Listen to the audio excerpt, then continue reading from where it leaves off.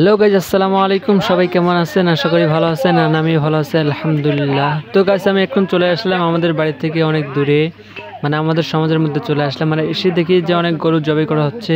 হ্যাঁ গাইজ, আপনারা দেখতে পাচ্ছেন যে একটি গরু অলরেডি জবাই করা হয়েছে। তো আমি একটু কাছে গিয়ে দেখাই যে গরুটিকে কীভাবে জবাই করা হয়েছে।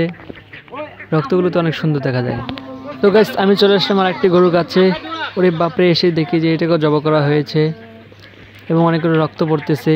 গাইস, এই গরুটিকে আমি জবাই করেছি, আর মানে ভিডিও করা হয়নি, ফোন ছিল আমার কাছে, ওইটা ভিডিও করা হয়নি।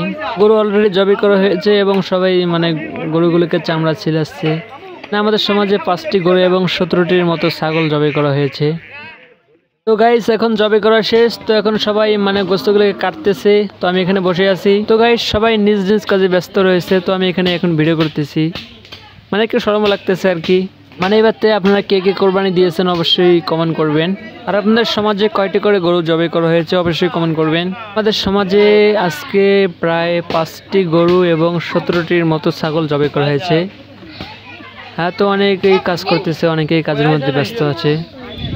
তো আমাদের সমাজে প্রতিবারেই মানে 5-6টা করে গরু হয় এবং ছাগল হয় এরকম 15-20টার মতো করে ছাগল। তো গাইস, আজকের ভিডিও এতটুকুই। যদি ভালো লাগে তাহলে লাইক করো, চ্যানেলটি সাবস্ক্রাইব করো, ভিডিওটি শেয়ার করো। সবাইকে ধন্যবাদ ভিডিওটি দেখার জন্য। সবাইকে ঈদ মোবারক।